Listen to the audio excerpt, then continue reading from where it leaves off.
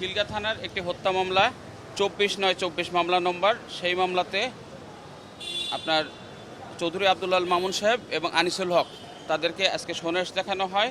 এবং অপর আরেকটি মামলা, যেটা উত্তরা পশ্চিম থানার মামলা নম্বর 21/9/24, একটি হত্যা মামলা, হাফেজ সাদিকুল ইসলাম, তাকে সেই হত্যার মামলায় দেখা যাচ্ছে যে তাকে বুকে পিঠে কুপিয়ে তাকে হত্যা করা হয়েছিল বৈষম্য বিরোধী ছাত্র আন্দোলনের সময়।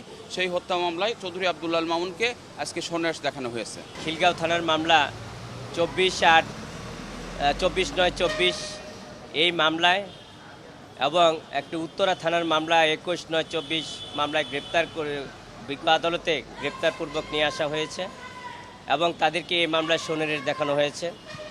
আপনারা জানেন যে বৈষম্যমূলক যে আন্দোলনটা হয়েছিল তার পরিপ্রেক্ষিতে এই মামলাটির উদ্ভব বা সৃষ্টি হয়েছে। আপনারা জানেন ইতিমধ্যে যে দুইজন আসামি নিয়ে আসা হয়েছে, তাদেরকে বারবার এই মামলায় গ্রেপ্তার করা হচ্ছে, রিমান্ড নেওয়া হচ্ছে, গ্রেপ্তার দেখানো হচ্ছে, যা সিআরপিসির স্পষ্ট লঙ্ঘন, মানবাধিকারের লঙ্ঘন, কনস্টিটিউশনের violate. RFL gas stove 25% gas সাশ্রয়, তাই টাকাও বাঁচে 25%।